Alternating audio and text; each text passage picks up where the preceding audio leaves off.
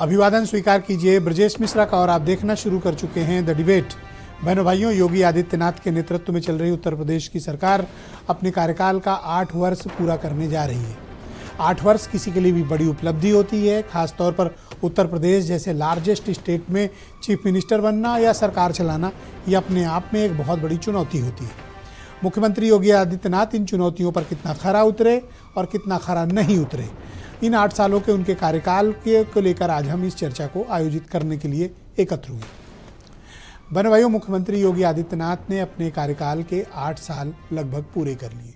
2 दिन के बाद उनके कार्यकाल का 8 वर्ष पूर्ण हो जाएगा। इन 8 सालों में मुख्यमंत्री योगी आदित्यनाथ ने जनता के बीच जो वायदे किए थे, उन वायदों को उन्होंने किस हद तक निभाया और किस हद तक उन्होंने इन वायदों को पूरा किया। प्रश्न नंबर 1। प्रश्न नंबर 2, जिन चुनावी वायदों को लेकर उत्तर प्रदेश की मौजूदा सरकार के नेतृत्व वाली पार्टी यानी भारतीय जनता पार्टी जनता के बीच गई थी, उन वायदों में से कितने वायदे अब तक पूरे हुए हैं और जो नहीं पूरे हुए हैं उनके कारण क्या है, सवाल पूछा जाना चाहिए। इस पर भी बात होनी चाहिए कि सरकार ने जो कार्यक्रम, नीतियां, एजेंडा लागू किया था, वो एजेंडे को क्या पूरा कर पाई है, सरकार की उपलब्धियां क्या थी, सरकार की खामियां क्या हैं, सफलता क्या है, असफलता क्या है और कौन कौन सी विफलताएं भी इस सरकार के मत्थे पर हैं। सभी मुद्दों पर हमें समग्र चर्चा करने की आवश्यकता है, क्योंकि 8 साल के कार्यकाल में भी किसी का अच्छा काम सामने दिखता है और किसी के गलत काम भी सामने आते हैं। लिहाजा ये 8 साल यूपी सरकार के लिए बेहद महत्वपूर्ण है, क्योंकि अब 1 वर्ष के फौरन पश्चात यानी 9 साल कंप्लीट होते ही उत्तर प्रदेश में चुनावी वर्ष शुरू हो जाता है और उस साल को शून्य माना जाता है, क्योंकि उस साल की उपलब्धियां आपकी गिनी नहीं जाती हैं। यानी 1 साल के फौरन बाद इन्हें चुनाव में जाना है। तो जिस तरह के उत्तर प्रदेश का राजनीतिक माहौल है, उसमें उत्तर प्रदेश की मौजूदा जो सरकार है बीजेपी की, उसका नेतृत्व कर रहे हैं मुख्यमंत्री योगी आदित्यनाथ। तो उपलब्धियों के तौर पर उनके पास बताने के लिए क्या है, और विपक्ष भी यह बताता है कि उनकी खामियां क्या है। मीडिया कैसे उसका विश्लेषण करती है, सरकार उसको कैसे समझती है। इसमें कोई दो राय नहीं है कि सरकार अपने हार्डलाइन हिंदुत्व के एजेंडे को आगे बढ़ा रही है, और वो उसकी नीतियों में, वो उसके कार्यक्रमों में, वो उसकी योजनाओं में स्पष्ट परिलक्षित होता भी है। और सरकार को ऐसा करने में कोई हिचक भी महसूस नहीं होती है, और वो उनके फैसलों में स्पष्ट रूप से दिखता भी है। क्या यही वो एजेंडा है जो 80 बनाम 20 की प्रणाली को चुनाव में आगे बढ़ाने वाला है? और कौन कौन सी उपलब्धियां हैं? इंफ्रास्ट्रक्चर के क्षेत्र में क्या हुआ, लॉ एंड ऑर्डर की क्या पोजीशन है, zero tolerance against corruption, zero tolerance against crime, zero tolerance against women and child के उनके जो अपराध हैं उनको लेकर सरकार का क्या नज़रिया है। यूपी सरकार की तरफ से 40 लाख करोड़ के इन्वेस्टमेंट का दावा किया गया था, उसका मौजूदा परिदृश्य क्या है, इस पे बात होनी चाहिए। शिक्षा और स्वास्थ्य को लेकर जो सरकार ने दावे किए थे, वायदे किए थे, वो किस हद तक पूरे हुए। 24 आवर्स इलेक्ट्रिसिटी का सपना अब तक पूरा क्यों नहीं हुआ है। सड़कों के जाल बिछाए जाने की बात थी, वो योजना कहाँ पर है, कितनी फैक्ट्रियाँ लगी, कितने लोगों को जॉब्स मिली, यूपी का माहौल क्या है, सब पर खुलकर चर्चा होनी चाहिए। हम इस बारे में भी चर्चा करेंगे कि उत्तर प्रदेश की सरकार किस समग्रता के साथ काम कर रही है और अपोजिशन बार बार सरकार पर धार्मिक ध्रुवीकरण के आरोप क्यों लगाते हैं। ये बात सरकार से पूछी भी जानी चाहिए उत्तर प्रदेश के माहौल पर। और सबसे बड़ा विषय है उत्तर प्रदेश का लॉ एंड ऑर्डर।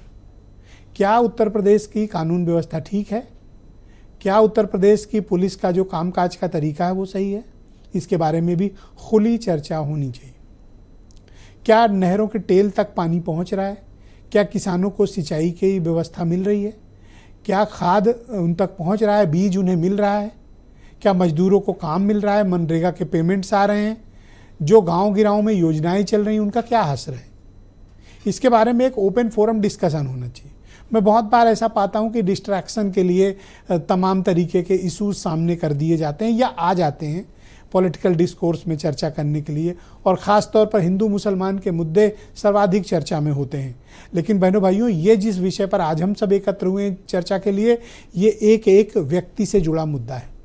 ये उत्तर प्रदेश के प्रत्येक नागरिक के जीवन को प्रभावित करने वाला मुद्दा है, क्योंकि सरकारें यहाँ हमारे देश में व्यवस्थाओं का खुद संचालन करती हैं, समाज सेकेंडरी होता है। लिहाजा सरकारों के जो कामकाज हैं उससे हमारा आपका जीवन सीधे प्रभावित होता है। हम उन्हीं नीतियों कार्यक्रमों के आधार पर सरकारों का चयन करते हैं। तो हमने जिस कार्यक्रम और नीति के आधार पर आपको वोट दिया, आपने कितना काम किया है, इसके बारे में रिपोर्ट कार्ड बननी चाहिए। हमें और आपको, हम मतलब मीडिया और आप मतलब जनता, हमें सरकारों को अकाउंटेबल बनाना चाहिए, उनकी जवाबदेही तय करनी चाहिए कि समाज के प्रति जो उनका उत्तरदायित्व है उन्होंने कितना निर्वहन किया। चुनावी वायदे सिर्फ वायदे बनकर न रह जाएं, बल्कि उसको अमली जामा कैसे पहनाया जाए इसके बारे में चिंता भी होनी चाहिए। और ये कौन कर सकता है? एक जागरूक नागरिक।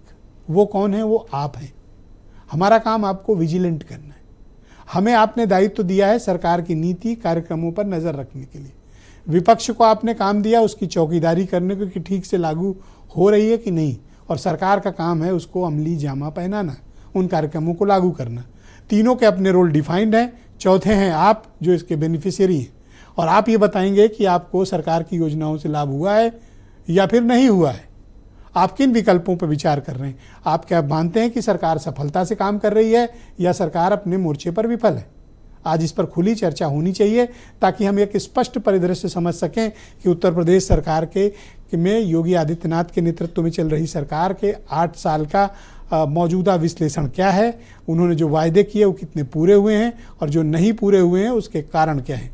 आप कुछ स्टेटमेंट सुनिए, फिर आज की डिबेट को हम आगे बढ़ाएंगे।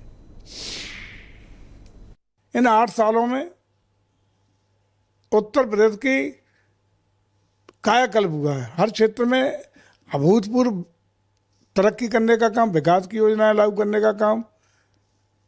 उत्तर प्रदेश के बारे में लोगों की सोच अवधारणा बदली है। हर क्षेत्र में हम लोग नए परम वैभव पर, ऊंचाइयों पर छूने काम किए हैं।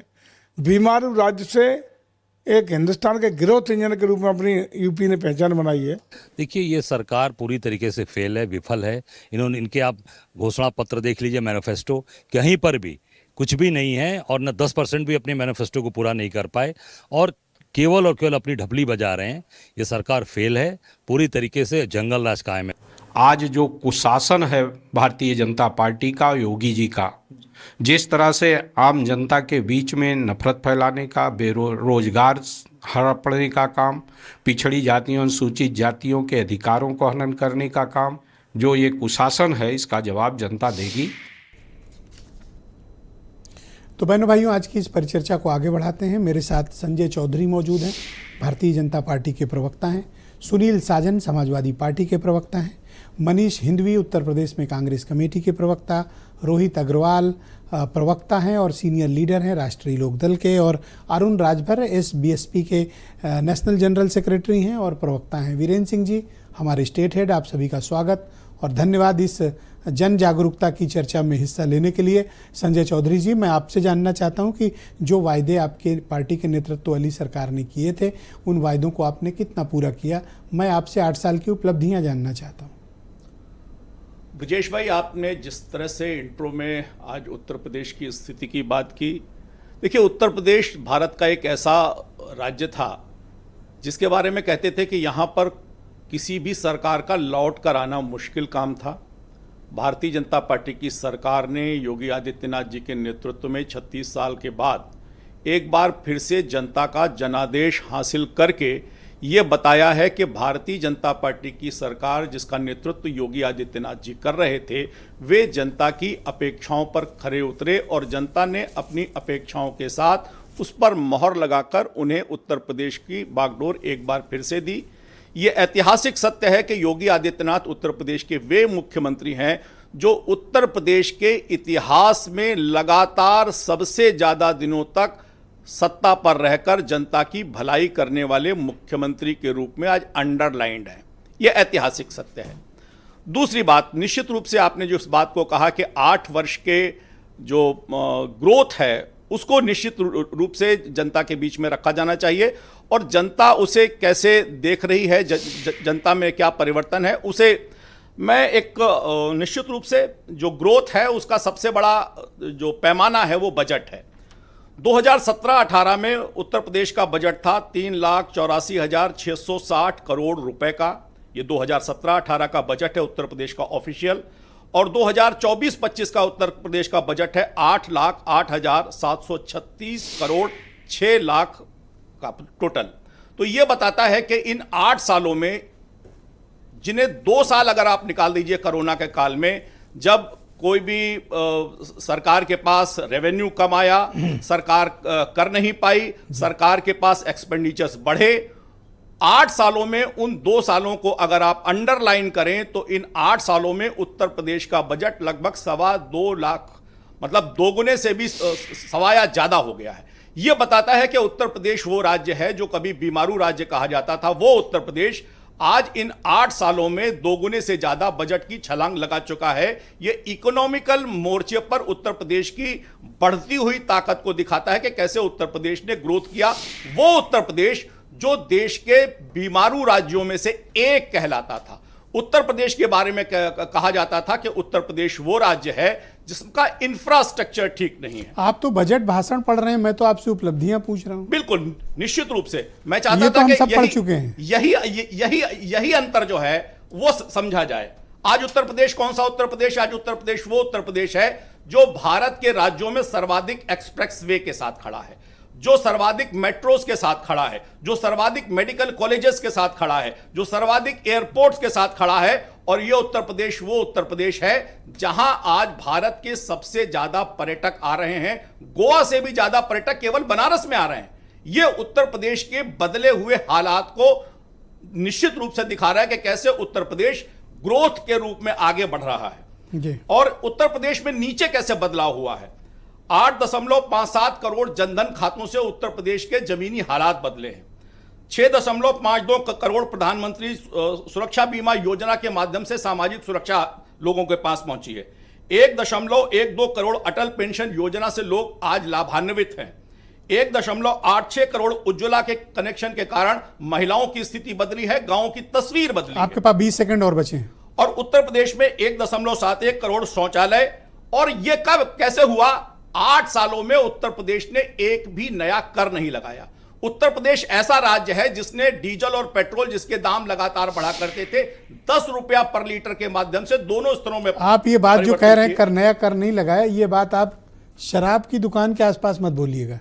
नहीं, जो नया वरना लोग आपसे काफी खफा हो सकते हैं। नहीं, शराब के बारे में तो जिन्होंने बढ़ाया है उन्होंने दिल्ली में झेला है। Thank you sir. और मुझे लगता है कि इन 8 सालों में केवल एक बार बिजली पर मूल्य की वृद्धि हुई है। और निश्चित रूप से हमने लॉ एंड ऑर्डर में बेहतर किया है, हमने बिजली के प्रबंधन में बेहतर किया है। उत्तर प्रदेश को एक अगड़ा राज्य, बेहतर राज्य और जनता की कसौटी पर खड़े होने के थैंक यू, बहुत शुक्रिया में आगे बढ़ाया। मैं सुनील साजन को आमंत्रित करता हूं, समाजवादी पार्टी जो उत्तर प्रदेश का मेन अपोजिशन है उसके प्रवक्ता हैं। सुनील जी, बहुत स्वागत आपका। 8 साल पूरे हुए मान लीजिए सरकार के। आप इन 8 सालों में सरकार की कोई उपलब्धियां मानते हैं या आपको सिर्फ खामियां ही दिखती हैं? नहीं, खामियां भी गिनाएंगे और इनकी जो उपलब्धियां वो भी गिनाएंगे। हालांकि जब बीजेपी के प्रवक्ता बोल रहे थे तो हमारे ज़िले से उन्नाव से एक भारतीय जनता पार्टी के ही कार्यकर्ता हैं, हमारे साथी हैं, उनका एसएमएस आया कि हमारी पार्टी के प्रवक्ता सब झूठ बोल रहे हैं। हालांकि मैं उनका नाम नहीं बताऊंगा, नहीं तो लोग कार्रवाई कर देंगे। हम केवल आपके कार्यक्रम के माध्यम से ये कहेंगे, उत्तर प्रदेश की जनता ने माननीय योगी आदित्यनाथ जी को दूसरी बार मौका दिया। ये बड़े सौभाग्य की बात है इन लोगों के लिए कि किसी सरकार को उत्तर प्रदेश की जनता ने रिपीट किया है। लेकिन आपने जो वादे किए थे उनमें क्या काम किया? हम कह रहे हैं चलिए छोड़िए, आपने वादे तो 800 किए, 8 साल में 8 वादे गिना दीजिए कि आपने बोला और वो आपने कर दिए। आपने कोई काम नहीं किया। आप लगातार उत्तर प्रदेश को, जिस प्रदेश का मान सम्मान पूरी दुनिया में है, उसको बीमारू प्रदेश बता रहे हैं। मतलब जब तक आपकी सरकार नहीं आई तब तक बीमारू प्रदेश था। उस प्रदेश में जब आप लोग आए उससे पहले एक्सप्रेसवे आ गया था, इंटरनेशनल स्टेडियम आ गए थे, उससे पहले मेट्रो आ गई थी, बिजली के कारखाने लग गए थे। पूरे उत्तर प्रदेश में 54 जिलों को माननीय अखिलेश यादव जी ने 4 लेन से जोड़ दिया था। आपने क्या किया है? सरकारी जिला अस्पतालों को कागज पे मेडिकल कॉलेज घोषित कर देंगे, तो तरक्की हो गई है क्या? अच्छी बात है कि पर्यटक आपने कहा कि बढ़े हैं, लेकिन आप बताइए कि इन 8 सालों में जो उत्तर प्रदेश से लोग कमाने जाते थे, पंजाब, कलकत्ता, दिल्ली, बंबई, उनमें कोई कमी आई है क्या? आपने रोजगार कितने दिए? नहीं दिए। हां, इनकी उपलब्धि मैं गिना दूं ब्रजेश जी, क्योंकि ये शपथ तो संविधान की लेते हैं, लेकिन इनकी उपलब्धि ये है कि पूरे प्रदेश में नफरत का माहौल बना दिया है, धर्मों में माहौल बना दिया है, एक दूसरे से नफरत का, जातियों में बांटने का काम किया है, पिछड़ों का आरक्षण छीनने का काम किया है। इनके यहां पता नहीं जो पिछड़े दलित समाज के नेता हैं जी, वो कितना अपने आप को बेइज्जत महसूस करके इनके यहां रह रहे हैं या काम कर रहे हैं। आपको दिखा नहीं जो अभी बजट जो भाषण पुलिस भर्ती संजय की चौधरी जी रिजल्ट पढ़ आया, रहे थे, उसमें आपकी सरकार के मुकाबले 2 गुना बजट हो गया है। ठीक बात है, हम कह रहे हैं हमारी सरकार के मुकाबले 2 गुना बजट हो गया। ये जो पढ़ रहे हैं, जब 27 का बजट माननीय अखिलेश यादव जी पेश करेंगे तो वो इसका भी 2 गुना पेश करेंगे। ये केवल भ्रमित करते हैं। और कैसे भ्रमित करते हैं? मैं जहां से बात मेरी रुकी थी कि पुलिस रिजल्ट आ गया पुलिस भर्ती का, उसमें ओबीसी कैटेगरी में पांडे, झा, उपाध्याय हैं। हमारे नेता ने सवाल किया तो जवाब क्या आ रहा सरकार की तरफ से कि एसडीएम ने जो ओबीसी का सर्टिफिकेट लगा दिया, हमने उसको मान लिया। हम ब्रजेश जी कह रहे हैं, चलिए छोड़िए भारतीय जनता पार्टी के लोगों की बात, ये तो झूठे हैं। हम आपसे जानना चाहते हैं, उत्तर प्रदेश में क्या कोई पांडे, झा, उपाध्याय ओबीसी में आता है? मेरे ख्याल से तो नहीं आता, ये तो अपर कास्ट कम्युनिटी है। एक कम्युनिटी होकर गोसाइयों की है, वो समटाइम शर्मा अब ये वगैरह बात- लिख लेते हैं, और एक ट्राइब्स होते हैं जो भाट ये कम्युनिटी, नहीं, लेकिन वो भी पांडे, कभी उपाध्याय और समटाइम्स झा नहीं लिखते। शर्मा, तो ये सरकार समटाइम को उपाध्याय कौन लिख समझाए? लेते हैं, बट वो एक्चुअली होते एसटी हैं। और कुछ गोसाई कम्युनिटी हैं जो ओबीसी होते हैं, वो भी टाइटल में थोड़ा बहुत लिखते हैं कभी कभी। अब आई डोंट नो ये जो आप केस बता रहे हो इसमें क्या हकीकत है। जी, तो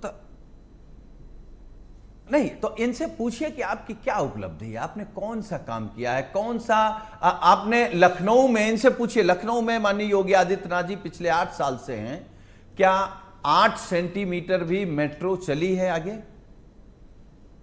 कौन सा रोजगार का इंतजाम आपने किया है? क्या महिला सुरक्षा पर आपने क्या काम किया है?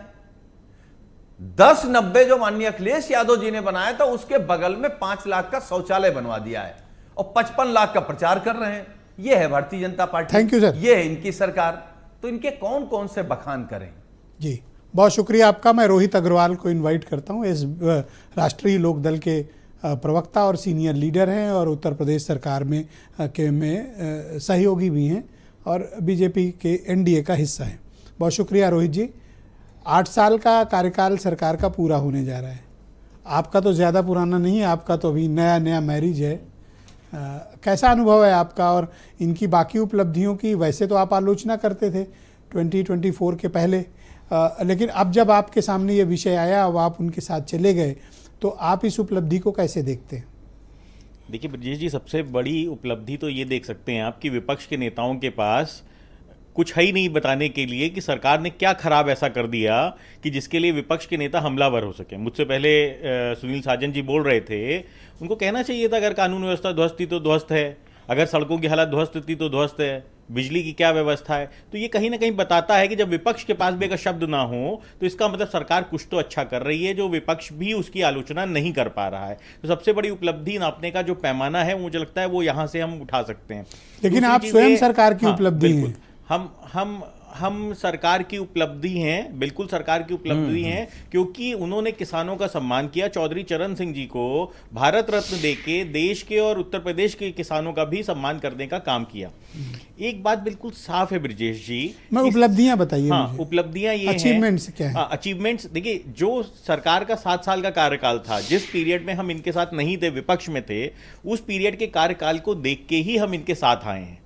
उस पीरियड के कार्यकाल के अंदर जब इन्होंने कुछ अच्छा किया, तभी हमको ये लगा कि हाँ, इनके साथ चलना चाहिए, क्योंकि इनके पास कम से कम कुछ तो चीजें ऐसी हैं जो कि ये जनता के भले के लिए बात ये कर रहे हैं। प्रेरणा और आपको मिली विपक्ष में रह के, विपक्ष में रह के इनके बीजेपी 7 इज साल डूइंग के वेल कार्यकाल के और हमें देखते इनके हुए। साथ चलना चाहिए। बिल्कुल चलना चाहिए। और पिछले जब हम 1 साल से इनके साथ हैं, तो ऐसी स्थिति में माननीय जयंत चौधरी जी का साफ साफ कहना है कि महिला सुरक्षा एक अहम मुद्दा है, जिसमें मुझे लगता है कि उत्तर प्रदेश सरकार ने कानून व्यवस्था के ऊपर अच्छा काम किया है और प्रदेश के अंदर कम से कम आज महिलाएं अपने आप को सुरक्षित महसूस करती हैं। दूसरी एक बात है कि हमारे हाथरस में आपके नेता बिल्कुल हमारे सुरक्षित महसूस किए थे। देखिए ब्रजेश जी, हमारे नेता गए थे, हमारे नेता उस समय भी बेटी को न्याय दिलाने गए थे, दलित बेटी को न्याय दिलाने आप गए तो कह रहे थे आप हमने तो प्रेरणा लाठी लेते भी हैं, खाई थी, इंस्पिरेशन लेते हमने तो हैं। लाठी भी खाई थी। आप और इंस्पायर्ड हैं संजय चौधरी नहीं, से। तो जो टोटल आंकड़ा आप देखेंगे, टोटल आंकड़ा आप कानून व्यवस्था का देखेंगे तो वो बेहतर होता हुआ दिखाई पड़ रहा है। दूसरी बात ये है ब्रजेश जी कि सामाजिक समरसता, थोड़ा क्लैरिटी चाहिए और एक क्लैरिटी है। नहीं जी बिल्कुल, आपने कहा कि आपने प्रेरणा ली 7 सालों से, ली या नहीं ली? नहीं बिल्कुल ली, बिल्कुल ली। तो फिर हाथरस क्यों गए थे आपके नेता? नहीं, हाथरस बेटी को न्याय दिलाने गए थे। अगर आज भी कोई ऐसा तो वहीं से ये प्रेरणा मिली कि न्याय मिल गया है? देखिए, जब हम हाथरस में गए कहां थे, से इंस्पायर हुए थे जब आप? हम हाथरस में गए थे तो हमने सरकार के ऊपर सवाल उठाया था और पूरी तरीके से सरकार को घेरा था और पूरे प्रदेश के अंदर पर प्रदर्शन मेरे किया प्रिय था। दोस्त, आपने कहा तो- कि आपको उनसे प्रेरणा मिली थी। हाँ, नहीं, हमको प्रेरणा 7 साल के सारे ओवरऑल कारणों से मिली ना। एक अगर घटना की अगर हम आपने खाली स्वयं बात महिला करेंगे तो- सुरक्षा का नहीं, जिक्र किया, बिल्कुल, मैंने मैं नहीं किया। मानता हूं, मैंने महिला सुरक्षा का जिक्र किया और ओवरऑल अगर हम महिलाओं की सुरक्षा की बात करेंगे तो उत्तर प्रदेश जो पूर्व की सरकारें थी उससे बेहतर काम कर रही है। मैंने एक वीडियो अभी 2 दिन पहले ही ट्वीट किया था। अच्छा चलो, मैं पीछे का संयोग है- 7 साल का मिटा देता हूं, आप अनकंफर्टेबल हैं तो। 1 साल में जब से आप इनके साथ हैं, तकरीबन साल भर, हालांकि हुआ नहीं लेकिन मान लेते हैं साल भर हो करेक्ट गया। Correct correct. क्या की हाइलाइट्स हैं सरकार की? नहीं, देखिए, की हाइलाइट्स की अगर हम बात करें तो सबसे पहले तो इन्होंने किसानों का सम्मान करने का काम किया है क्या और सम्मान इनकी किया? इनकी जो एक कार्य प्रणाली थी वो बेहतर हुई है देखो, राष्ट्रीय लोकदल जनरल के साथ सवाल आने के बाद। जवाब मत आप दीजिए मुझे रोहित बताइए, जी। नहीं आप मुझे बताइए, कैटेगरिकली बताइए, राष्ट्र- एक सेकंड पहले। जी जी। क्या किसानों का सम्मान किया, कुछ बताओ हाँ, तो सही। देखिए, राष्ट्रीय लोकदल के भारतीय जनता पार्टी के साथ गठबंधन के बाद अगर मुझे एक भी किसान आंदोलन हुआ तो मुझे बताइए आप, जिसका निस्तारण ना हुआ या सरकार ने उनसे बात ना की हो। तो ऐसी स्थिति में हमने जब से हम इनके साथ आए हैं तब से युवाओं को कहीं ना कहीं रोजगार में बेहतरी मिलने का एक जो रास्ता था वो खुलना शुरू हुआ है। ओके, आपके कारण बीजेपी बेहतर हुई? नहीं, देखिए, बीजेपी अच्छा काम कर रही थी तभी तो हम इनके साथ आए। जो अच्छा काम नहीं कर रहा होगा तो हम उसके साथ आएंगे क्यों? जब वो प्रदेश की पहले जनता आपने स्वयं कहा कह आपको रही है- प्रेरणा मिली, हाँ। अब आप कह रहे हो मेरे कारण संजय चौधरी ठीक हुए हैं। नहीं, किसानों के प्रति इनके अंदर नरमी आई संजय है। चौधरी किसानों संजय के चौधरी मुद्दे ही पे- थे, ये आप थे जो बदले। नहीं, किसानों के प्रति इनके अंदर इनमें नरमी कोई आई है। तब्दीली किसानों नहीं के थी। मुद्दे के ऊपर इनके अंदर नरमी आई है। किसानों के हम जो भी मुद्दे इनके सामने रखते हैं उसके ऊपर ये बात करने को तैयार होते हैं। थैंक और यू उसके रोहित ऊपर काम जी, करते हैं। शुक्रिया। मैं अरुण राजभर जी को आमंत्रित करता हूँ। बीएसपी सहयोगी दल है भारतीय जनता पार्टी का, एनडीए के हिस्सा हैं और इन्हें भी हाल ही में इन्होंने ज्वाइन किया। ज़्यादा पुराना रिश्ता हाँ? हमारे साथ ही किया है। अच्छा, तो इनसे 7 साल वाला पूछना है? नहीं, बिल्कुल पूछिए, बिल्कुल पूछिए। ओके, अरुण जी बहुत शुक्रिया। काफ़ी दिन के बाद आप डिबेट में दिख रहे हैं, तो संजय चौधरी भी काफ़ी उत्सुक हैं आपको सुनने के लिए और वो हम सब ये जानना चाहते हैं कि 8 साल कैसा रहा? बेमिसाल रहा, बेहतर रहा, उत्तम प्रदेश रहा और हम अपनी उपलब्धि बता देंगे। प्रदेश की जनता भी जानना चाह रही है और विपक्ष के लोग भी जानना चाह रहे हैं कि सत्ता पक्ष ने क्या किया जो विपक्ष गिना नहीं पा रहा। अब बेचारे बैठे हैं, कोई काम तो है नहीं, तो कम से कम गरिया ले या उल्टा सीधा बोल ले या आलोचना कर ले, तो उसी के लिए खाली बचा हुआ है। हम 2017 में आए, गाली उली कोई ना दो भाई, बीच- अपन आराम से बात करेंगे। नहीं 2017 में हम आए थे और 19 में हम हट गए थे, लेकिन 2017 और 18 के बीच में जो हमने काम किया था वो काम 70 साल में नहीं हुआ था। दिव्यांगजन जिसको आज हम लोग सम्मान के साथ कह रहे हैं, पहले विकलांग कल्याण विभाग था, हमको विकलांग कल्याण और पिछड़ा वर्ग मिला था। पिछड़ा वर्ग के हित में क्या किया, अब विकलांग कल्याण के हित में क्या किया, ये दोनों सिर्फ हम ही बताएंगे क्योंकि हम उसकी जिम्मेदारी हमारे नेता निभा रहे हैं। पहले विकलांग कल्याण विभाग था, उसका नाम बदल करके दिव्यांग जन सशक्ति किया। 300 पेंशन मिलते थे, हम लोगों ने 500 वो से बढ़ा आपने करके नहीं 1200 किया, वो कराया। मोदी जी की पहल पर हुआ था, उसका श्रेय आप ना लें। भाई नहीं, बिल्कुल हमारे आपको थोड़ा सा कार्यकाल में एम्बैरेसमेंट होगा, पर वो मोदी जी ने नाम बदला था। नाम बदला, अपील किया गया था, पार्टी ने, सरकार ने, हमारे नेता ने अपील किया कि नाम आपके सही कहने पे करके- दिव्यांग उनका अपना शब्द था जो मोदी जी ने हाँ बिल्कुल था, तैयार अच्छा किया था। आपको उस कोई समय क्रेडिट हमारे- नहीं, आप कुछ और बताएं। नहीं, हम क्रेडिट नहीं लेना चाहते हैं, लेकिन हाँ पिछड़ा वर्ग में फिर उसके बाद जितने ट्राईसाइकिल, मोटर ट्राईसाइकिल लाने का काम हम लोगों ने किया था। अब इसको भी कह दीजिए कि मोदी जी ने पहल किया था। इतना चिढ़ क्यों रहे योगी मोदी जी- जी के नाम पे आप? नहीं, योगी जी के कार्यकाल में ये चीजें हुई भाई है। मोदी जी के इतना कार्यकाल इरिटेशन देश में मोदी जी हुए। के नाम पे, कह रहे हैं आप न कह देना। अरे भाई मैं क्यों कहूँ, जो प्राइम मिनिस्टर अभी हैं। आप कह रहे हैं क्योंकि कार्यकाल वो मेरा था ना, मैं 2 साल के कार्यकाल जब संजय को एतराज नहीं तो ब्रजेश को क्यों एतराज होगा? आप कह लो, पूरा क्रेडिट लो, मुझे क्या फर्क पड़ता है? कार्यकाल मैं अपना बताऊंगा कि मैं उस समय ट्राईसाइकिल वितरित हो रहे थे तो मात्र 1 लाख ट्राईसाइकिल 1,20,000 होते थे। हम लोगों ने 7.5 लाख ट्राईसाइकिल वितरित किया था हर ब्लॉकों में। उसके बाद जितना मोटर ट्राईसाइकिल नहीं थे, 50,000 का लोन का इंतजाम दिव्यांगों के लिए कराया था। बैटरी 40 साइकिल उनको उपलब्ध कराया था। 5 लाख की साइकिल उपलब्ध कराया था। उसके बाद पिछड़ा वर्ग कल्याण में 557 करोड़ रुपया बजट होता था पिछड़े वर्गों को छात्रवृत्ति के लिए, शुल्क प्रतिपूर्ति के लिए। 3,000 करोड़ रुपया दे करके 18 लाख पिछड़े वर्ग के बच्चों को छात्रवृत्ति और शुल्क प्रतिपूर्ति दिलाने का काम किया था। CCC की व्यवस्था नहीं थी, CCC की व्यवस्था कराया गया था। O लेवल की व्यवस्था करा करके कंप्यूटर का प्रशिक्षण कराया गया। पूरे उत्तर प्रदेश में जो काम धरातल पर नहीं हो रहे थे, उन कामों को धरातल पर ले जाने के लिए अधिकारियों को भत्ता दिया गया था, 30,000 रुपया महीना। वो पूर्व की सरकारों ने नहीं किया था। ये तो मेरा सिर्फ 2 साल का उपलब्धि था। अब आइए इसमें 2024 के बाद, 2024 में पूरे उत्तर प्रदेश में गरीब आवास के लिए परेशान थे, लेकिन पूरे भारत में यह योजना नहीं लागू हो पाई, जीरो पॉवर्टी की योजना।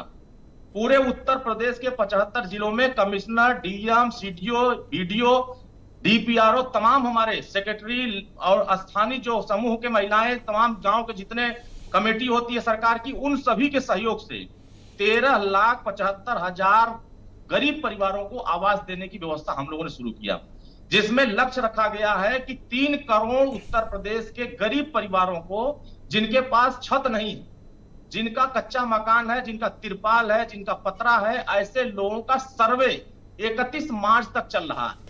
ये आपका इनिशिएटिव नहीं है, आप जो जिक्र कर रहे हैं, मेरे पास दस्तावेज रखे हुए हैं, ये चीफ मिनिस्टर का इनिशिएटिव है, योगी जी का इनिशिएटिव है। इसको इम्प्लीमेंट तो हम करा रहे हैं ना अपने अधिकारियों से। आपने जितना मुझे बताया उसमें कहीं आपका कोई मतलब सरकार ने जो हमें डेटा दिया है और जो लेके संजय जी भी आए हैं, उसमें ये जो आप बता रहे हो ये लिखा है मुख्यमंत्री जी के नाम पे।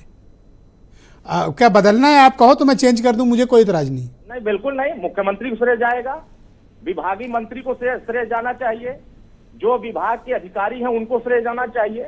हम तो प्रधानमंत्री मोदी जी को श्रेय जाना चाहिए। कम से कम जीरो पॉवर्टी की स्कीम को उत्तर प्रदेश में लॉन्च करके सभी गरीब परिवारों को तो आपका कहने का तात्पर्य यह है अरुण जी कि जीरो पॉवर्टी मतलब उत्तर प्रदेश में अब कोई गरीब नहीं रह गया है, करेक्ट? नहीं गया है, नहीं, गरीबी से निकालने का प्रयास हो रहा है। ओके, हम गरीबी। Thank you sir. मैं सेकंड राउंड में आपकी बाकी ओपिनियन को थोड़ा टाइम का ड्यूरेशन है सर, प्लीज। डिजिटल लाइब्रेरी का थैंक यू सर। मैं अगले राउंड में बोल लेना, आपको मैं बाकी समय दूंगा। मैं मेरे साथ मनीष हिंदवी जी मौजूद हैं, उत्तर प्रदेश में कांग्रेस कमेटी के प्रवक्ता हैं। भाई मनीष जी, सरकार कैसा काम कर रही है और 8 साल में उसकी क्या अचीवमेंट्स हैं और आपके हिसाब से कुछ खामियां भी हैं? 50 वर्ष पूर्व एक बड़े शायर हुए दुष्यंत कुमार जी, उन्होंने एक 4 लाइनें लिखी थी जो बड़ा सटीक बैठती हैं आज की व्यवस्था पर। तुम्हारे पाँव के नीचे कोई ज़मीन नहीं है, अफसोस ये है कि तुम्हें फिर भी यकीन नहीं है।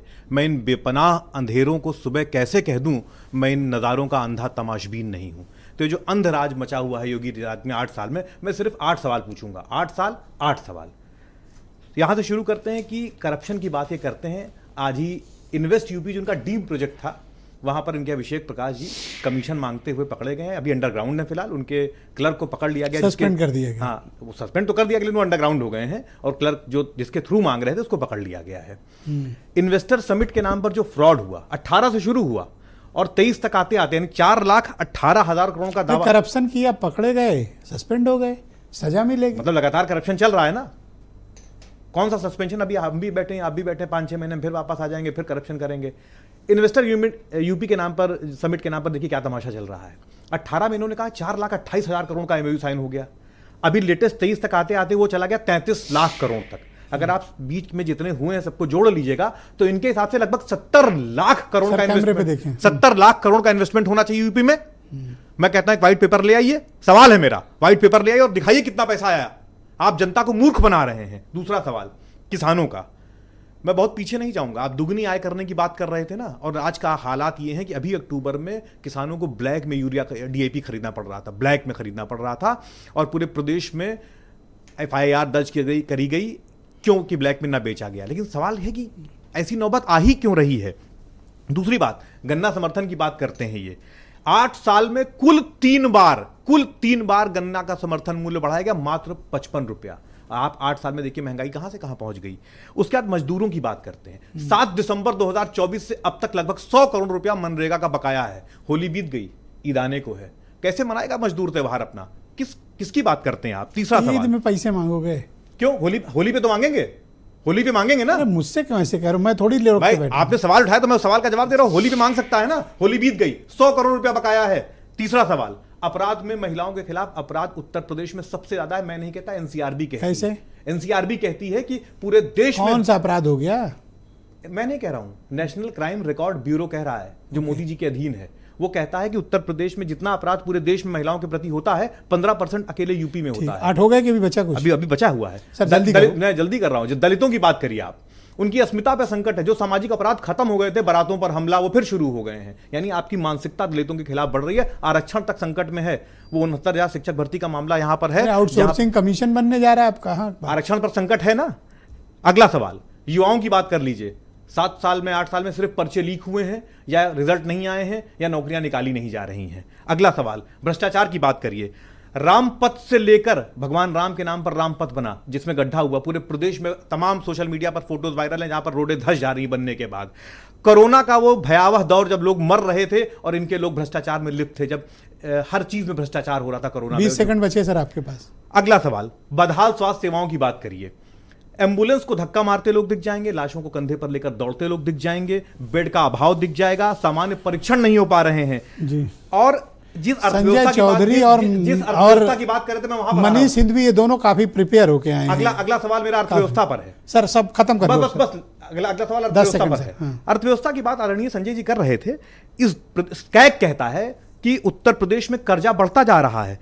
6,67,106 करोड़ रुपए का कर्जा था 31 मार्च 2024 तक। बजट बढ़ गया, आपको नहीं दिखा? अरे मैं उस पर जवाब दे रहा हूं। और अभी जब 31 मार्च आएगा तो ये कर्जा पहुंच जाएगा 7.5-8 लाख करोड़ के ऊपर, यूपी के ऊपर।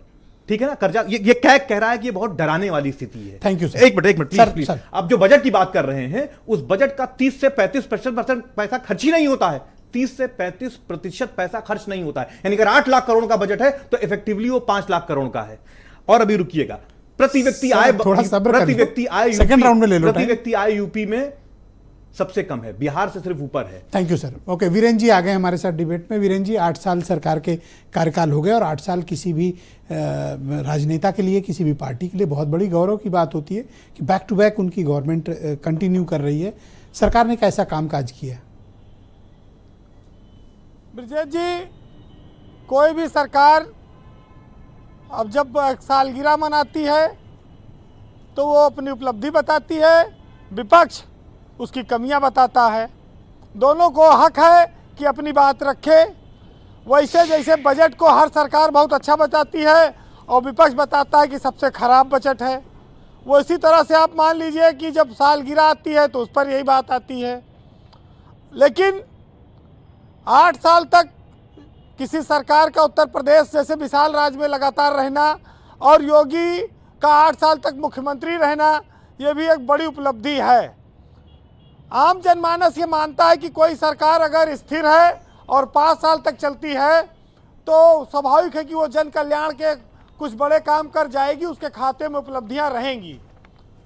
और 8 साल के बाद योगी आदित्यनाथ की सरकार में उपलब्धियों की बात होती है तो सबसे बड़ी बात आती है कानून व्यवस्था पर, जिसमें अपराधियों पर कंट्रोल, सफाया, इनकाउंटर और एक वातावरण बनाने की, जिसमें पुलिस कमिश्नरेट सिस्टम भी लागू हुआ और आम जनमानस को कहा जाए तो जो संगठित अपराध था उससे मुक्ति मिली। कुछ ऐसे अपराध होते हैं जिनको न कभी कोई सरकार रोक पाई न रोक पाएगी, लेकिन बड़े बड़े माफियाओं का अंत योगी की सरकार में हुआ, बुलडोजर एक्शन हुआ, उसका एक फ़ायदा भी उनको मिला, एक माहौल बना। लेकिन भ्रष्टाचार 8 साल की सरकार में एक प्रमुख चुनौती बना रहा, वो आज भी कायम है। तो सरकारों के पास मिली जुली उपलब्धियां होती हैं।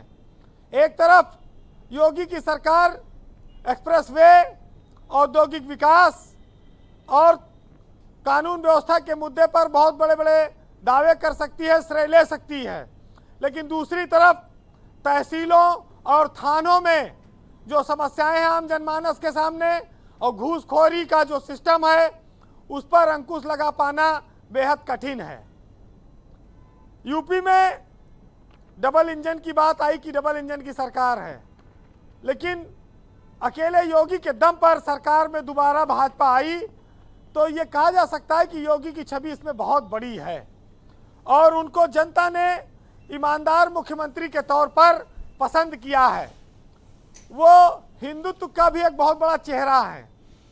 अगर सरकार में कहीं कोई कमी होती है तो उनका जो कपड़ा है, उनका जो भगवा वस्त्र है, वो उनकी जो छवि है वो ढांक देती है उसको।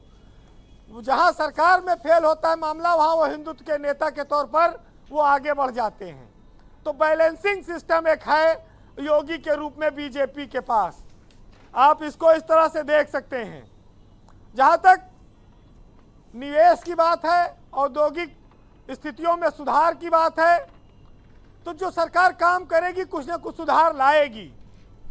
उद्योगपतियों का भरोसा जब बढ़ता है तो निवेश आता है और उस मामले में उत्तर प्रदेश की साख बढ़ी है।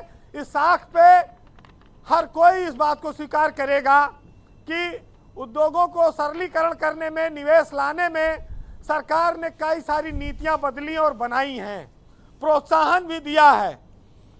लेकिन उसके साथ आती है बात कि भर्तियां नहीं हो पा रही हैं, भर्तियां विवादों में फंस जा रही हैं और जिन भ्रष्टाचारियों के खिलाफ योगी सरकार सत्ता में आई थी कि लोक सेवा आयोग में भर्तियां गलत हुई हैं, अनिल यादव ने फर्जी भर्तियां की थी, उनके हम जांच कराएंगे, उनको सजा देंगे, वो ये नहीं कर पाए।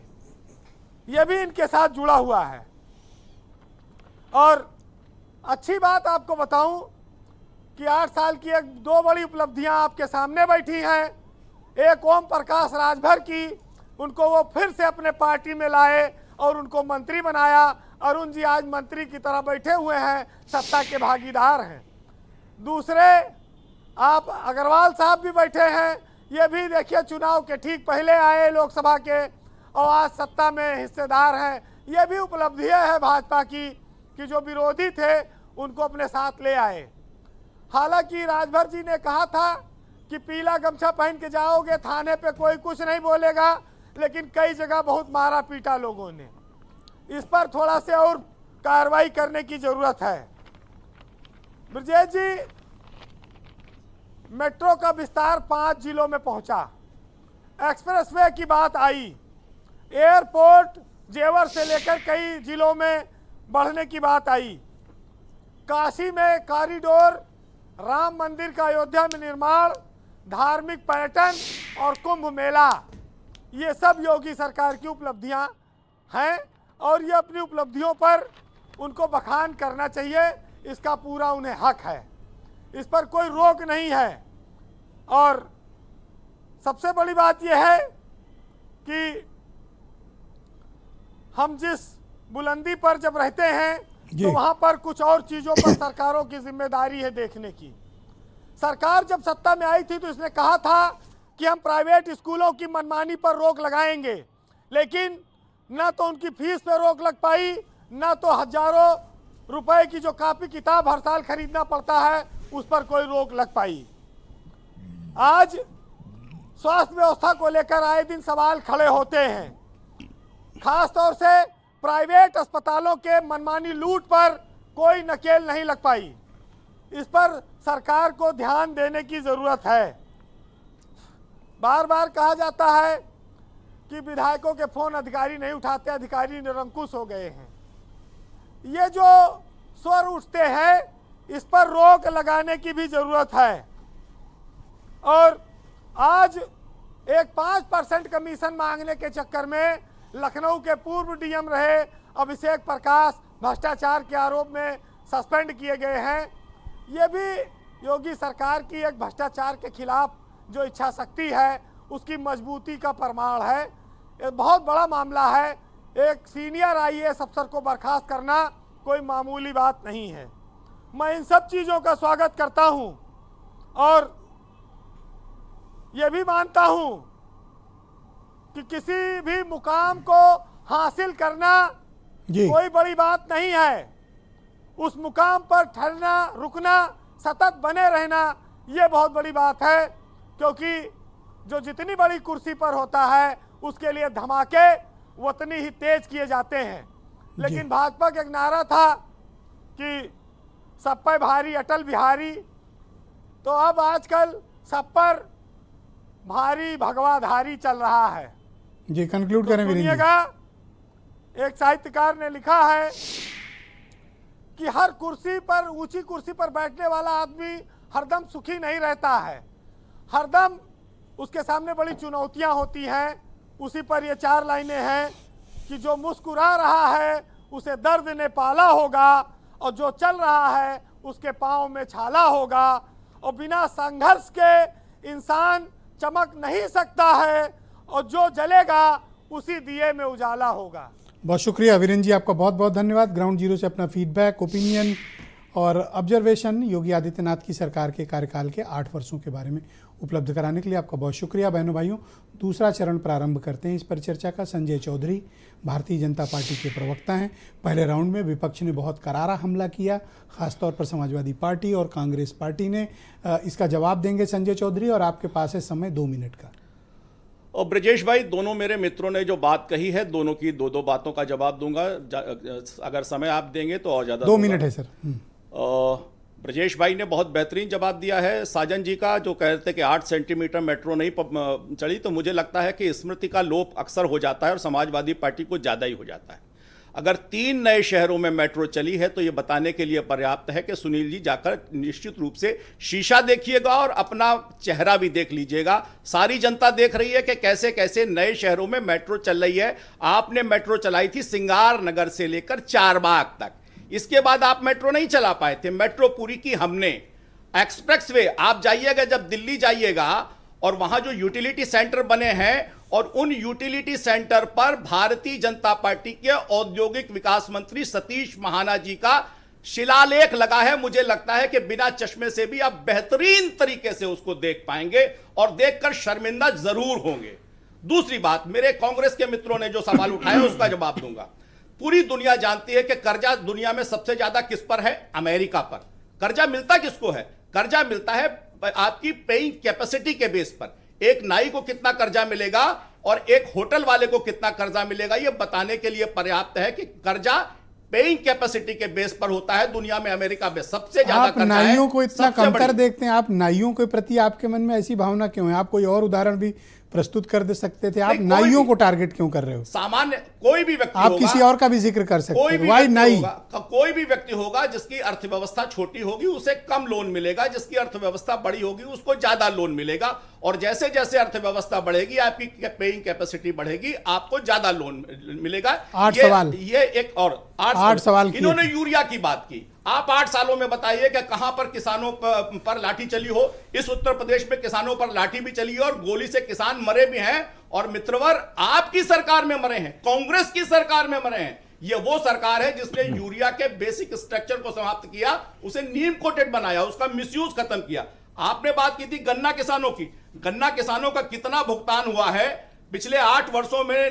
लगभग 2,73,000 करोड़ रुपए का जो रिकॉर्ड भुगतान है वो पूर्व के 22 वर्षों के सम्मिलित गन्ना मूल्य के भुगतान से 59.143 करोड़ रुपया अधिक है। इसको समझिए। और एक और बात समझिए, उत्तर प्रदेश ने भारत का पहला ऐसा राज्य है जिसने गेहूं की एमएसपी 150 रुपया बढ़ाई है। किसी भी राज्य ने आज तक गेहूं की एमएसपी इतनी नहीं बढ़ाई। यह बताने के लिए पर्याप्त है कि कृषि के क्षेत्र में गन्ना क्यों नहीं बढ़ा रहे हो? गन्ना की कीमत 400 करनी थी। अब आप देखिए ना, कर क्यों नहीं रहे हो आप? गन्ना 400 करो। गन्ना में सबसे महत्वपूर्ण बात, गन्ना में औसत गन्ना का उत्पादन बढ़ा है। किसी भी क्राफ्ट का अगर उत्पादन बढ़ रहा है तो इसका मतलब है कि उसको रेट भी तो बढ़ाओ। उपज बढ़ाने वाला किसान उसको ज्यादा उगा रहा है, वो तभी उगाएगा जब उसको लाभ होगा। आप तो 400 का रेट दे दो, उसको ज्यादा मुनाफा होगा। नहीं, और आप 400 ओनली। देखिए ना, उत्तर प्रदेश में किसानों की आय में औसत 370 रुपए प्रति कुंटल। सर थैंक यू सर, आप 3.5 मिनट ले लिए सर। धन्यवाद sir, thank you sir. Sunil Sajan को लाया जाए। धन्यवाद सर, हेक्टेयर की वृद्धि हुई। Please cooperate sir. धन्यवाद सर। ओके सुनील साजन, आप बताइए। आपसे तो सवाल सीधे कर लिया संजय चौधरी ने। जी जी। श्रृंगार नगर से चलाए थे सिर्फ? देखिए ब्रजेश जी, संजय चौधरी जी बहुत बुद्धिजीवी व्यक्ति हैं, लेकिन इनसे गलती क्या हो रही है, व्हाट्सएप यूनिवर्सिटी और बीजेपी के आईटी सेल जो आंकड़े भेजते हैं वो आपके कार्यक्रम में आके पढ़ने का काम करते हैं। अच्छा बता दीजिए, लखनऊ में कितनी दूरी मेट्रो योगी आदित्यनाथ जी की सरकार ने बढ़ा दी है, जरा उस पर सफर करके हमको बता दीजिए। आप बाहर आपने कितनी चलाई मेरे भाई? अरे यार, और आंखों देखा सच सर एकदम वन टू वन डिबेट। हाँ, आप सुनने का सब्र रखें सर। बोलिए आप सुनील जी बोलिए। ऐसा है संजय भाई, पत्थर बदलने से विकास नहीं होता है। मैं फिर कह रहा हूं, आप अपने 8 काम गिना दीजिए जो जनता ब्रजेश जी के समय मिला तो मैं आप दोनों को फिर समझ 8 लूंगा, प्लीज वेट। काम गिनाए और जनता मान ले कि ये काम हुए हैं। अब आप 8 काम नहीं गिना सकते। और मैं अगर ये कहूं कि संजय चौधरी जी से लेकर के इनके सारे मंत्री, डिप्टी चीफ मिनिस्टर सब परेशान है सरकार से, और सबको राहत मिलेगी 2 साल बाद जब उत्तर प्रदेश में समाजवादी सरकार होगी, माननीय अखिलेश यादव जी की सरकार। अहंकार में मत रहिए। जो पिछड़े दलितों के खिलाफ आप काम कर रहे हैं, इसी पीडीए ने 24 में आपको हाफ किया है, यही पीडीए 27 में आपको साफ करेगा। अहंकार छोड़ दीजिए। और ये जो साथी आपके बैठे हैं ना, जो आपको लग रहा है ये आपकी उपलब्धि है, जो बीरेन जी ने बताया कि ये राजभर उपलब्धि है, ये जयंत चौधरी जी उपलब्धि हैं, इनका कोई भरोसा है? ये कब कहाँ रहें, कब कहाँ चले जाएं? इनको अगर आप उपलब्धि मानते हैं तो हम आपको बधाई देते हैं ब्रजेश जी। हम इनको बधाई दे रहे हैं कि आपकी उपलब्धि बहुत शानदार है, दिव्य है, भव्य है। थैंक यू सर, धन्यवाद। बचाए रखना केवल। बहुत शुक्रिया। लेकिन जनता से जो वादा किया, किसान का कुछ सर, है धन्यवाद नहीं, सर। नौजवान का कुछ है नहीं, कृपया सहयोग करें सर। तो ये आप देखिए ना।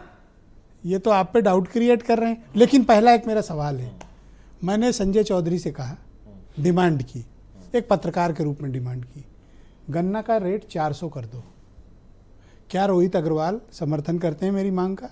नहीं, हम बिल्कुल ब्रजेश जी समर्थन करते हैं। गन्ना के रेट 400 रुपये होना चाहिए, और इसके लिए हम मुख्यमंत्री जी से ऑलरेडी मिल चुके हैं, वार्तालाप कर चुके हैं, और उन्होंने आश्वस्त किया है कि अगले वर्ष गन्ने का रेट 400 रुपये होगा। और राष्ट्रीय लोकदल सरकार का हिस्सा रह के भी ये हम आपको आश्वस्त करते हैं कि हम गन्ने का रेट 400 रुपये करवाएंगे अगले वर्ष। इस सीजन नहीं देंगे मतलब? नहीं, इस सीजन तो रेट ऑलरेडी घोषित हो चुका है, परंतु ये बात बिल्कुल सत्य है। और मुख्यमंत्री जी ने स्वयं कहा कि सबसे बड़ा अगर गन्ना किसान कोई है, सबसे ज्यादा जोत अगर किसी के पास है, वो स्वयं मुख्यमंत्री जी के पास है।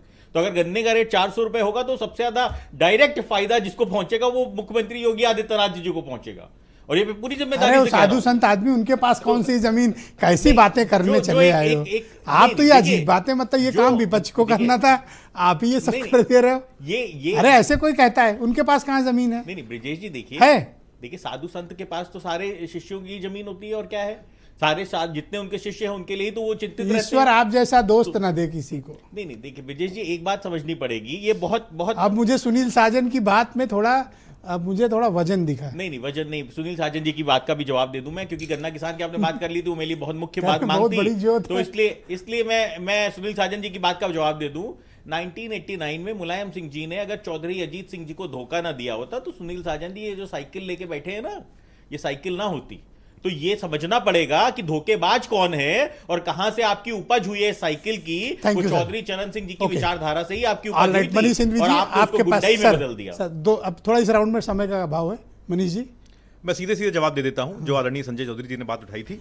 अगर सर सिर्फ 2 मिनट। हाँ ठीक, अगर कर्जा इतना ही अच्छा था तो कैग जो हमारे देश की सबसे बड़ी ऑडिटर जनरल संस्था है, उसने ये क्यों कहा कि अरुण जी तैयार रहिएगा, आपके पास ये बहुत डिस्टर्बिंग ट्रेंड है जो कर्जा उत्तर प्रदेश में बढ़ रहा है। कैग ने कहा, मैंने नहीं कहा है। दूसरी बात, अक्टूबर 24 में डीएपी ब्लैक हुआ या नहीं हुआ, इसका सीधा जवाब आना चाहिए था, उसके बदले घुमाया जाना नहीं चाहिए था। तीसरी बात, गन्ने का 8 साल में जो पैसा बढ़ा वो सिर्फ 3 बार बढ़ा 8 साल में, कुल 55 रुपया, और कॉस्ट उससे कई गुना ज्यादा बढ़ी। तो अगले साल बढ़वा देंगे भाई। हम आज की बात, अरे भैया तो लोग उसका उत्पादन क्यों बढ़ा रहे हैं?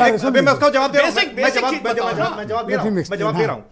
Indian sugar and bio energy manufacturers association ने कहा है कि गन्ने का प्रोडक्शन 10% से ज्यादा गिरा है, बढ़ा नहीं है। मैं चैलेंज करता हूं। देश के क्या प्रदेश के? नहीं नहीं नहीं नहीं नहीं नहीं नहीं नहीं, गलत आंकड़ा मत रखिए, गलत आंकड़ा मत और ये बात आप ऑथेंटिकेट करोगे, ऑथेंटिकेट करोगे? दो तथ्य गलत है, ओके, दो ऑलराइट। तथ्य गलत है। ब्रिजेश मुझे 10 सेकंड दीजिए, मैं चैलेंज करता हूं। ब्रिजेश मुझे 10 सेकंड दीजिए, मैं दो तथ्य मैं बता 1 देता सेकंड हूं। अरुण जी को ले लूं हाँ, पहले। जी। अरुण जी, आप मुझे बताइए कि जो क्लेम अभी अपोजिशन की तरफ से किया गया, एक डाउट आपके ऊपर भी क्रिएट किया गया है कि आज उनकी उपलब्धि है, कल को हमारी भी हो सकते हैं। इसका मतलब हमारी उपलब्धि मान रहे हैं कि हमारे पास ताकत है, हमारे पास वजूद है, और हम जिस जगह पर हैं और वो जिस जगह पर हैं वो ताकतवर नहीं है, और वो अहंकार में सपना देख रहे हैं कि हम 27 में आएंगे, 47 में नहीं आएंगे, ये लिख के रख लेंगे। क्योंकि जिन पीडीओ की बात करते हैं, अभी संत कबीर नगर में एक पीडीए के साथ अत्याचार हुआ, मकान जला दिए गए, और उस जगह पर पीडीए के नेता कभी झांकने गए? जरा चले जाएं, संत कबीर नगर में बड़ा घटना हुआ है, माननीय ओम प्रकाश राजभर जी वहां गए। जितने पीडीए की बात करने वाले नेता हैं समाजवादी और कांग्रेस के, कोई एक बड़ा नेता नहीं गया। माननीय ओम प्रकाश राजभर गए। बलिया में जो घटना हुआ, हमारे नेता सबसे पहले वहां पहुंचे, वहां इंसाफ दिलाए, अधिकारी के खिलाफ कार्रवाई हुई। एक पीडीए का नेता बताइए जो वहां गया हो? नाम खाली जुबान पर लेने से, पीडीए पीडीए करने से कुछ नहीं होता। अरे अब अंधेर के हाथ में बटेर लग गया तो सोचिए कि हमेशा बटेर हाथ में लगता रहेगा? कुछ नहीं लग सकता। ये कब बटेर लगी थी इनके हाथ में? नहीं, अब ये हमसे कह रहे थे कि कब यहां कभी वहां। अरे भैया, अभी 2024 में आप किसके साथ थे? 2019 में किसके साथ थे? 2017 में किसके साथ थे? 2022 में आप इधर से उधर ढलकिए, पलटिए, आपके ऊपर कुछ नहीं हो सकता।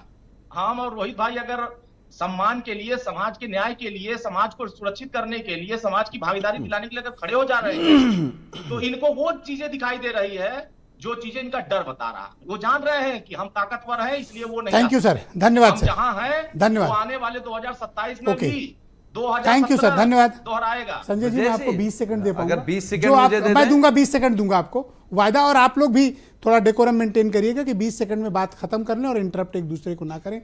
20 सेकंड। देखिए, जहां से बात हिंदवी जी ने कही थी कि तेरे पैरों के नीचे जमीन है तब भी तुझे यकीन नहीं है, इसके केवल 2 उदाहरण मैं प्रस्तुत करना चाहूंगा। समाजवादी पार्टी और कांग्रेस यहां बैठी है। संसद और विधानसभा इसीलिए होती है। कांग्रेस की नेता उत्तर प्रदेश में उन्होंने विषय उठाया, क्या उठाया कि जो एमएलए लेड फंड है वो बढ़ना चाहिए, और इसी का अनुगमन किया। संसद के अंदर राज्यसभा में राम गोपाल यादव, जो उनके संसदीय दल के राज्यसभा में नेता है, उन्होंने कहा, जनता का कोई प्रश्न उठाया, उन्होंने कहा एमपी लेड फंड बढ़ना चाहिए। यही इनकी जमीनी हैसियत है। ये चाहते हैं कि इनका फंड बढ़े। अब सहयोग करें। धन्यवाद सर। ओके, सुनील साजन जी 20 सेकंड अनइंटरप्टेड बोले। आप लोग भी रेडी रहिए।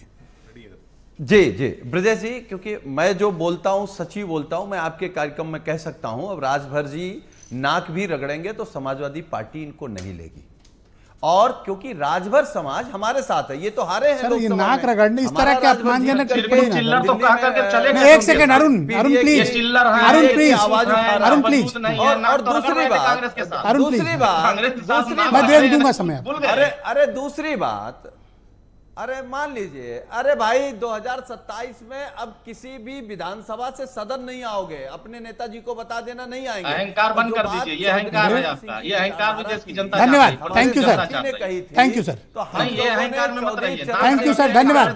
कृपया अपनी अपनी बारी में बोले। धन्यवाद, थैंक यू। रोहित 20 सेकंड। धन्यवाद। अरुण जी, अरुण जी आप बीच में इंटरवीन कर रहे हो सर, आप अपना टाइम मैं काट लूंगा उसमें, फिर आप 20 सेकंड बोलोगे। धन्यवाद सर। सुनील जी धन्यवाद। दो तथ्य कांग्रेस के प्रवक्ता ने पूरी तरीके से गलत दिए हैं। ये लोग जनता के सामने गलत तथ्य परोसते हैं। एक तो उत्तर प्रदेश का इन्होंने कहा है कि कर्जा बढ़ा है, कर्जा बढ़ा है तो कैपिटल एक्सपेंडिचर भी बढ़ा है। उत्तर प्रदेश का उत्तर प्रदेश का कैपिटल एक्सपेंडिचर बढ़ा है, तो आपको ये समझना पड़ेगा कि जब देखिए, मैं क्योंकि व्यापारी समझता हूं कि अगर कैपिटल एक्सपेंडिचर बढ़ रहा है तो आपका कर्जा तो बढ़ना स्वाभाविक है। और गन्ने का लेके सर अब thank you. Okay Manish ji 20 second. तो इधर उधर की ना बात कर, ये बता कि काफिला क्यों लुटा। 10% गन्ना उत्पादन कम हुआ, साबित करो। ये हिंदू बिजनेस लाइन की है, 5 से 10% घटा, ये हिंदू बिजनेस लाइन। ठीक है, पहली कहाँ बात कहाँ घटा? हिंदू बिजनेस लाइन कहाँ का घटा? वेस्टर्न महाराष्ट्र में घटा, महाराष्ट्र यूपी में, है। ये उत्तर प्रदेश, ये महाराष्ट्र, उत्तर प्रदेश, उत्तर प्रदेश, महाराष्ट्र में घटा, रिपोर्टेडली लोअर महाराष्ट्र में उत्तर घटा। प्रदेश, उत्तर प्रदेश है। उत्तर प्रदेश। ओके, और दूसरी बात, धन्यवाद। इनकी बात का जवाब, 1800 कैपिटल लाख एक्सपेंडिचर घटा है। बोलने दो, बोलने मैं दो। चैलेंज कर रहा हूँ, कैपिटल एक्सपेंडिचर घटा है। घटा है। ओके अरुण 10 सेकंड, आप 10 बोल चुके हैं, 10 सेकंड मिलेंगे। अरुण बोलो। जी जी, ये नाक रगड़ते हैं कांग्रेस के यहाँ, ये नाक रगड़ते हैं बसपा के यहाँ, ये नाक रगड़ते हैं राष्ट्रीय लोक दल के यहाँ, ये नाक रगड़ते हैं सुभाषपा के यहाँ, और फिर भी कहते हैं कि नहीं नहीं मैं नाक नहीं रगड़ता। बहुत शुक्रिया आप सबका, बहुत बहुत धन्यवाद, अनेक अनेक धन्यवाद, अनेक अनेक धन्यवाद आप सभी ने कार्यक्रम में शिरकत की, अपने अपने पक्ष रखे, अपने विचार प्रस्तुत किए और निर्णय आपको करना है बहनों भाइयों। सरकार का ऐसा काम कर रही है। बहुत शुक्रिया, धन्यवाद, नमस्कार।